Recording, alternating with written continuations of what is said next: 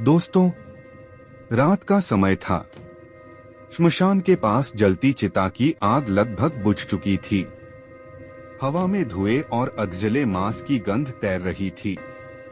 अचानक एक आदमी जमीन पर बैठकर रोने लगा, लेकिन वह जीवित नहीं था। वह आत्मा थी। कुछ घंटे पहले तक वह इसी दुनिया में था। हाथों पर अभी भी खून के निशान थे। आंखों में वही क्रोध, वही घमंड जिससे उसने किसी और का जीवन छीन लिया था। उसे लगता था कोई नहीं देख रहा, सब खत्म हो गया। लेकिन जैसे ही उसका प्राण निकला, वह शरीर से ऊपर उठा और पहली बार उसने सत्य देखा। उसके सामने कोई यमदूत नहीं था, कोई डरावना हथियार नहीं, सिर्फ एक दृश्य था। वही व्यक्ति, वही चेहरा जिसे उसने मारा था। वह आत्मा चीखने लगी, भागने लगी, लेकिन हर दिशा में वही दृश्य। गरुड़ पुराण कहता है, हत्यारे की आत्मा को सबसे पहले अपना ही कर्म दिखाया जाता है। तभी एक आवाज गूंजी, तूने शरीर मारा था, अब तू अनुभव करेगा। उस आत्मा के भीतर डर घुस चुका था। समय रुक गया था। पलक झपकते ही वह समझ गया, मृत्यु अंत नहीं है, यह तो शुरुआत थी और यहीं से शुरू होती है।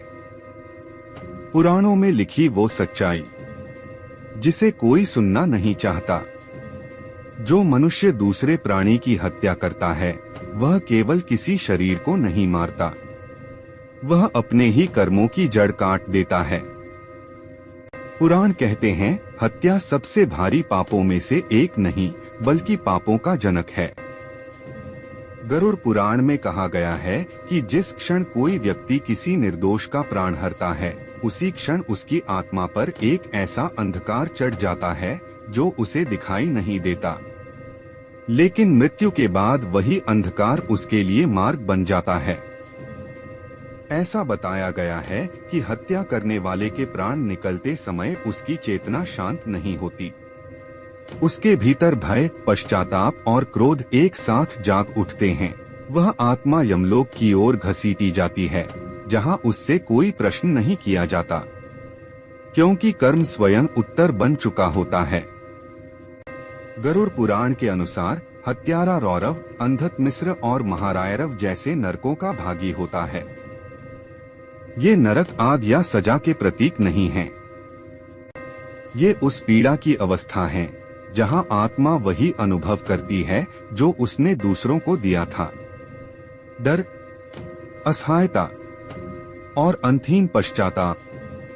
शिव पुराण में कहा गया है कि शिव केवल संहार के देव नहीं हैं, वे न्याय के भी देव हैं। जो व्यक्ति क्रोध, लोभ या स्वार्थ में आकर किसी की हत्या करता है, वह शिव तत्व से कट जाता है। ऐसे व्यक्ति को कई जन्मों तक अशांति, बीमारी, अपमान और अकाल मृत्यु का सामना करना पड़ता है।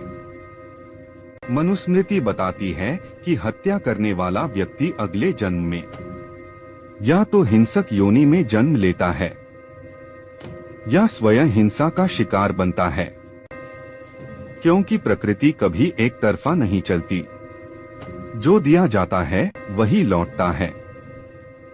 भागवत पुराण में यह भी कहा गया है कि जो व्यक्ति किसी जीव की हत्या करता है, वह भगवान के भीतर बसे प्राण तत्व का अपमान करता है। इसलिए ऐसे व्यक्ति की भक्ति निष्फल हो जाती है। उसके मंत्र काम नहीं करते, उसकी प्रार्थना लौट आती है।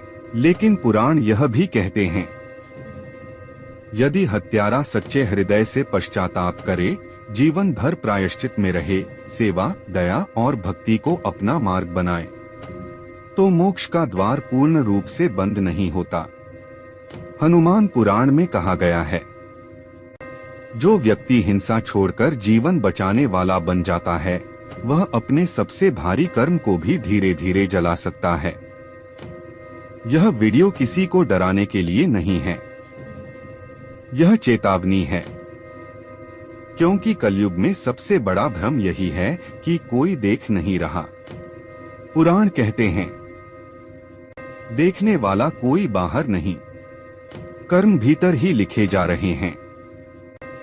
यदि यह वीडियो आपको सोचने पर मजबूर कर दे तो इसे दूसरों तक पहुंचाइए, क्योंकि कभी कभी एक विचार किसी हत्या से बड़ा जीवन बचा लेता है।